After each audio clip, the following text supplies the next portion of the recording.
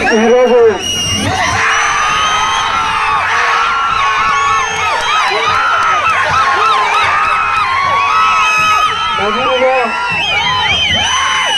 RK రోజా గారి nomination కార్యక్రమానికి విచ్చేసినటువంటి వైఎస్ఆర్ కాంగ్రెస్ పార్టీ నాయకులకు, కార్యకర్తలకు, వైఎస్ జగన్మోహన్ రెడ్డి గారి అభిమానులకు, నగర నియోజకవర్గ ప్రజలకు, ముఖ్యంగా ఇక్కడికి విచ్చేసిన యువకులకు అందరికీ నా హృదయపూర్వక నమస్కారాలు తెలియజేస్తున్నాను. ఇంకా ఎన్నికలకు కేవలం 24 రోజులు మాత్రమే సమయం ఉంది. ఈ రోజు రాష్ట్రంలో ఏ సర్వే రిపోర్టు తీసుకున్నా, ఏ ఇంటెలిజెన్స్ రిపోర్టు తీసుకున్నా, ఏ 10 మందిని అడిగినా వచ్చేది ఎవరు అంటే వైఎస్ జగన్మోహన్ రెడ్డి గారని చెప్తున్నారు. నాకు ఆర్కే రోజా గారంటే చాలా అభిమానం, గౌరవం. నా వంతుగా నా మద్దతు వెళ్తామనే ఉద్దేశంతోనే ఈ రోజు నగిరికి రావడం జరిగింది. వైఎస్ఆర్ కాంగ్రెస్ పార్టీ మహిళా విభాగం అధ్యక్షురాలుగా 6 సంవత్సరాలు పనిచేసినారు ఆర్కే రోజా గారు.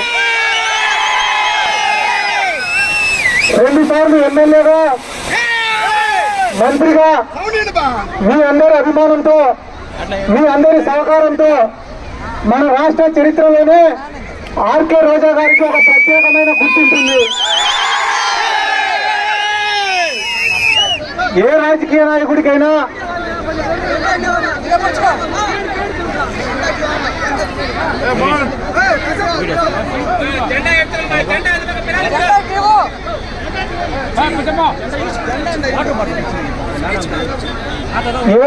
నాయకుడికైనా కూడా రాజకీయాల్లోకి వచ్చిన కొత్తలోనే ఎదురు దెబ్బ తగిలితే నిలదొక్కుకోవడం చాలా కష్టమైన పని.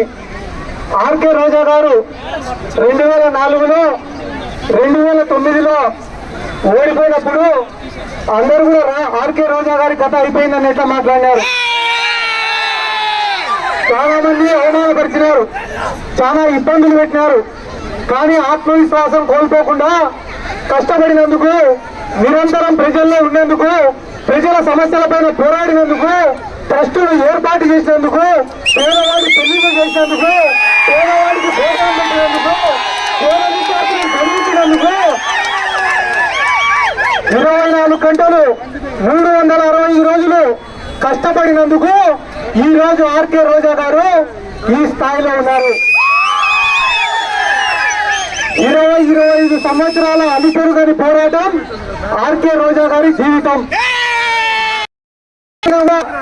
ఆర్కే రోజా గారి పోరాటాన్ని గొప్పగా పెడతారు.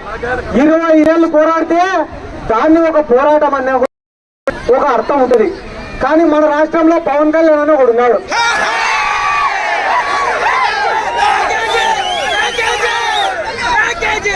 సంవత్సరంలో 1 నెల ఆంధ్రప్రదేశ్ లో ఉంటాడు, 11 నెలలు తెలంగాణలో ఉంటాడు.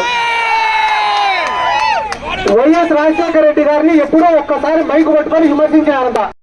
విమర్శించి నేను రాజశేఖర రెడ్డి గారి పైన పోరాడినా అంటారు. ఒక్కరోజు మైకు పట్టుకొని విమర్శిస్తేనే పోరాడినట్టయితే తెలంగాణ కోసం కేసీఆర్ చేసింది ఏమంటారు? స్వాతంత్రం కోసం మహాత్మా గాంధీ చేసిందని ఏమంటారు? అన్నిటికంటే ఘోరమైన విషయం ఏమంటే ఆయన ఒకరోజు వరంగల్ లో ప్రచారానికి పోయినారట. ప్రచారానికి పోతే పైన కరెంటు వైర్ నుండి షాక్ కొట్టి కింద పడిపోయినాడు. కింద పడిపోయినాక మొన్న మైకు పట్టుకొని ఏం మాట్లాడుతున్నాడు? కరెంటు వైర్లు కూడా నన్నేం చేయలేకపోయినాయని కావాడు. ఏమన్నా చేస్తాయా చెయ్యా అని చెప్పి ఒకరోజు ప్లగ్ లో ఏలు పెట్టి స్విచ్ ఆన్ చేయి, నీకేమన్నా అయిందనుకో నువ్వు చేతగాడు అని, నీకేం కాలే అనుకో నీ పోరాటంలో నిజం ఉండేది. ఎందుకు మీకు అందరికీ నేను ఈ మాట చెప్తానా అంటే ఆర్కే రోజా లాంటి వాళ్ళ మనందరికీ అవసరం. ఎందుకంటే ఎటువంటి పైరవీలు చేయకుండా, ఎటువంటి లాబింగ్లు చేయకుండా స్వశక్తితో ఎదిగే వాళ్లకు శత్రువులు ఎక్కువ ఉంటారు, అవమానాలు ఎక్కువ ఉంటాయి, కష్టాలు ఎక్కువ ఉంటాయి. కానీ అక్క పోరాటానికి రాష్ట్రం అంతా మీకు అభిమానం. అంటే ఆర్కే రోజా గారు అంటే నగరి గురించి విశాఖపట్నం అడిగిన ఆర్కే రోజా అంటారు. కాబట్టి వర్గానికి వచ్చిన ఆర్కే రోజా అనుకుంటే గానా సంవత్సరం వచ్చే తెలుగుదేశం ఒకసారి నేను నిన్న వేరే వాళ్ళని అడిగిన తెలుగుదేశం పార్టీ ప్రచారానికి పోయినా కూడా వంగి నడుస్తున్నారు,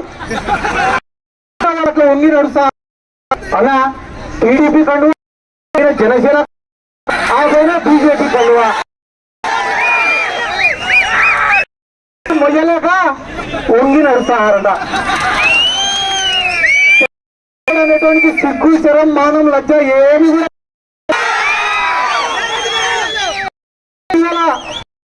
ఏమో కేడి నాన్నాడు మొన్న మైకు పట్టుకొని పితారా నరేంద్ర మోడీ అంటున్నాడు. పవన్ కళ్యాణ్ గారు పనికి వాళ్ళు ఈ రోజు పవన్ కళ్యాణ్ పక్కన పెట్టుకొని మన కోసం ఉన్న సీట్లన్నీ వదిలిపెట్టుకునే త్యాగరాజురా మన పవన్ కళ్యాణ్ అంటున్నాడు. ఇటువంటి వ్యక్తి ఎవరు? చంద్రబాబు నాయుడు. పాపం కానీ మన రెడ్డి గారిని మాత్రం ఒప్పుకోవాలా. వచ్చినాయి చేస్తాడో చూద్దాం అనుకునే నేను కూడా. పాపం పవన్ కళ్యాణ్ పీఠా లోకేష్ మంగళగిరి నుంచి కదలడంలే. పాపం చంద్రబాబు పుష్పంలో కూర్చున్నాడు. ఎవరి సీటు కూడా గ్యారంటీ లేదు ఈరోజు. కాబట్టి మన రాష్ట్రానికి అన్యాయం చేసింది కాంగ్రెస్ వాళ్ళు, బీజేపీ. చంద్రబాబు నాయుడు ఎందుకు గెలిచినాడో తెలీదు, ఎందుకు కేసుల కోసం ఇప్పుడు గెలిచినా కేసుల కోసం 14 కలసడం మాత్రమే కాదు, ఇద్దరు పిల్లల్ని కూడా కన్నాడు. కేంద్రంలో 2 మంత్రి పదవులను తెలుగుదేశం వాళ్ళు తీసుకున్నారు, రాష్ట్రంలో 2 మంత్రి పదవులను బీజేపీ వాళ్ళకి ఇచ్చినారు. బాగా కలిసి తిరిగినారు, ముద్దులు పెట్టుకుంటూ తిరిగినారు, కాపురం చేసి ఇద్దరు పిల్లల్ని కూడా కన్నారు. కానీ ఏమైందో ఏమో తెలీదు, ఉన్నట్టుండి విడిపోయినారు. విడిపోయిన తర్వాత 5 ఏళ్ళు తిట్టుకున్నారు, కొట్టుకున్నారు, అన్ని చేసుకొని మళ్ళీ ఈ రోజు ఉన్నట్టుండి బీజేపీతో కలిసిపోయినాడు ఈ నారా చంద్రబాబు నాయుడు. అన్న ఒక్క విషయం గుర్తుపెట్టుకోండి, ఈ ప్రజాస్వామ్యంలో ప్రజలు కానీ ఒక మనిషిని మంచి అని అనుకుంటే ఏం లేనోడైనా కూడా గెలిపిస్తారు. ఈ ప్రజాస్వామ్యంలో ప్రజలు ఒక మనిషిని చెడ్డోడు అనుకుంటే వాడు ఎంత పెద్దోడైనా వాడిని ఓడగొడతారు. నిజంగానే చంద్రబాబు నాయుడుకి ఆయన పైన నమ్మకం ఉంటే ఒంటరిగా రావచ్చు కదా. తెలంగాణ రాష్ట్రంలో ఒక పక్కన రేవంత్ రెడ్డి నిలబడినాడు, ఒక పక్కన కేసీఆర్ నిలబడినాడు. ప్రజలు రేవంత్ రెడ్డిని ఓడగొట్టారు, కేసీఆర్ ఓడగొట్టాడు, ఒక సామాన్యుడిని గెలిపించినారు. ఎందుకంటే ప్రజలకు ఏది మంచి ఏది చెడు అనేది తెలుసు కాబట్టి. మన రాష్ట్రంలో కూడా చంద్రబాబు నాయుడుకు నిజంగానే నిజాయితీ ఉంటే ఒంటరిగా రావచ్చు కదా, రాడు. ఏ రోజు కూడా చంద్రబాబు నాయుడు నన్ను చూసి ఓటేయండి, నేను చేసిన పనులను చూసి ఓటేయండి అని అడగడు. మోడీని చూసి నాకు ఓటేయండి, పవన్ కళ్యాణ్ చూసి నాకు ఓటేయండి. వాళ్ళని చూసేదానికైతే వాళ్ళకే చేస్తాను కదా, నీకెందుకు వాళ్ళ ఓటు.